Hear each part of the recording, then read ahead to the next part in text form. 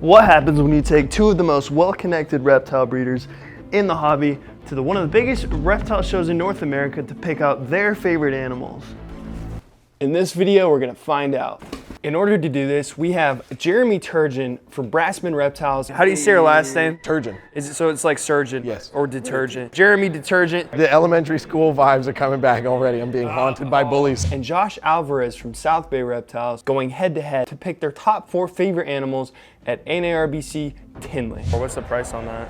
14K. Oof, that's 14K I don't have. Yep, same. It's basically a puppy then, right? World's most critically endangered puppy. Guys, if you thought the animals in the last video were expensive, just wait till you see what they picked in this video. They don't know they're competing, and at the end of the video, I'm gonna let you know how you can vote on who picked the better animals. There's literally thousands of animals at these shows, so narrowing it down to just 4 animals each is gonna be extremely challenging. I can't wait to see what animals they pick. Pied blood python. Oh. This is like the coolest thing to me. I love bloods and short tails. When I first saw the original pied photos get thrown around, I was like, that's probably the coolest blood python ever. And to see one in person now is crazy. They're starting to get out there, so we'll start seeing them some more, but that's for what a blood python's supposed to look like. That's pretty much as crazy as you can get. If you were to have this, would it be from like a breeding and keeping perspective, or just purely like, I want this in my collection? Both, everything. I would just I wouldn't be here, I would be home staring at it in the cage. Sorry, I can't hang right now. Too busy looking at my pied blood python. Yeah. You wish you were me. I wish I was Elijah, because I want that. Jeremy coming in hot with the pied blood python. At that price, it looks like you're choosing between a snake or a mid-sized sedan. Let's see how Josh is gonna respond for round 1. First favorite animal here is obviously Reach Out Reptiles right here. First animal is Garrett Hartle, the first animal. No. For real, first one actually has to be this beautiful male right here. It's a 6-year-old, 50% Kalatoa, 50% old school Superdorf. He is a 6-year-old male again. He is, I don't know, maybe less than 5 foot, probably 4.5 foot, full grown Superdorf. This is what Superdorf should look like. So I love this stuff, and Garrett and I are locality freaks. So I mean, this is everything for me, guys. I mean, you can't fault the guy for choosing a Reach Out Reptiles, Kalatoa, and old school Superdorf combo. Coming in at $3,000, this isn't the most beginner-friendly price, but definitely more beginner-friendly than Jeremy's $25,000 pied blood python. And with its adult size range of 6 to 8 feet, this guy is stealing the show early. Let's see what Jeremy comes up with for round 2. So we're at the Canova booth. Anybody who knows me knows that I've worked with ball pythons for forever, and Justin is like king of the hill for ball pythons. He's got this amazing, I gotta read it. Red stripe yellow belly, Wookiee coral glow clown. The saturation is nuts, and the sibling to it was even more insane. I've been to Justin's place a couple times. The animals that I've seen just are totally mind-blowing. Saturation like that on a ball python is like unheard of. What's the price on that? 14K. Oof, that's 14K I don't have. Yep, same. At $14,000, Jeremy seems to have a taste for the expensive. But I don't blame him, because this animal is absolutely awesome. Let's see what Josh picks for round 2. This is Terry's booth right here, the Dragonwood Conservancy. And this right here is a melanistic African slender snouted crocodile right here, and this guy's melanistic. So this has to be my third top favorite pick for sure. I don't think I've ever seen one in person actually. So I mean, huge shout out to these guys for sure. But something you can't buy unfortunately, but I mean, tell me this guy isn't bad. Dude, he's so sick. Isn't that crazy? Why does he put his head up when I do that? Is that a bad thing? Oh, he does. Look at that beautiful thing, loves chin rubs. It's basically a puppy then, right? Yeah, look at it. Eyes closed and all. World's most critically endangered puppy.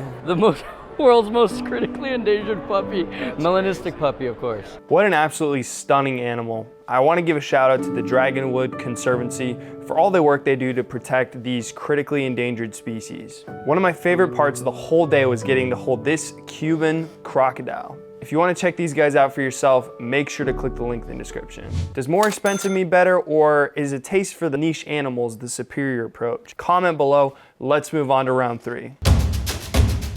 All right, Jeremy, what do we got here? This guy looks absolutely stunning. Okay, so this is an Indo-Caramel Ocelot reticulated python, And you know, coming from being at Nerd, retics were a huge part of what we did. I've loved retics since I was a kid.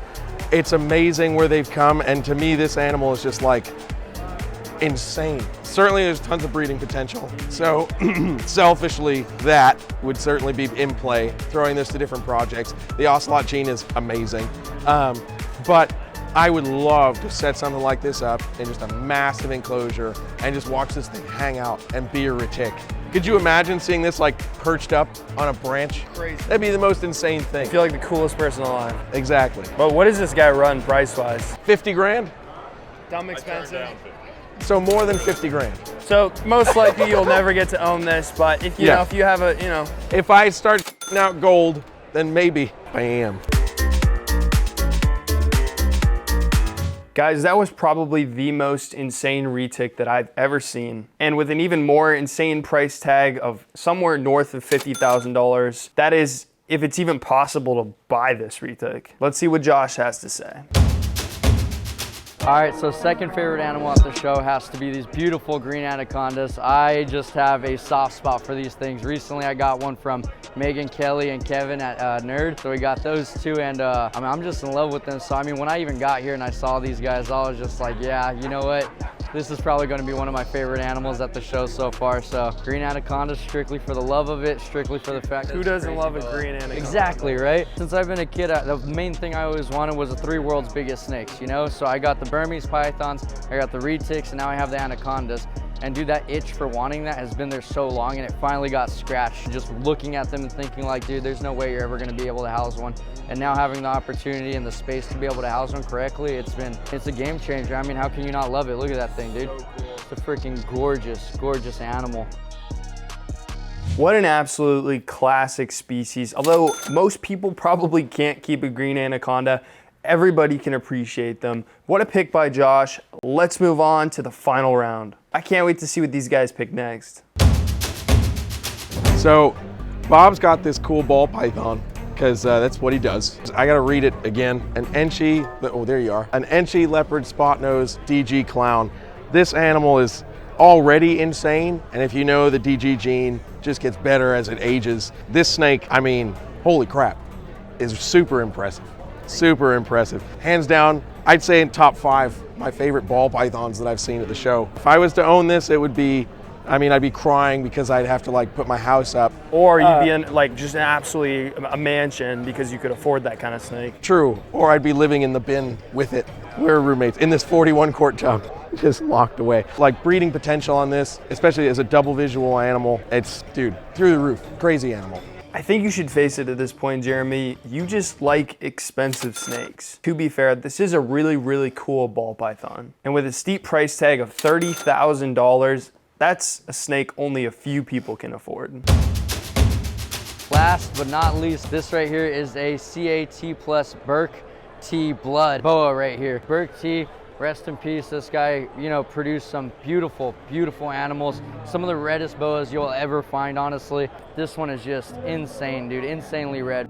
What a cool animal with such a prestigious legacy. At $1,300, this animal seems nothing but affordable compared to some of the snakes we looked at today.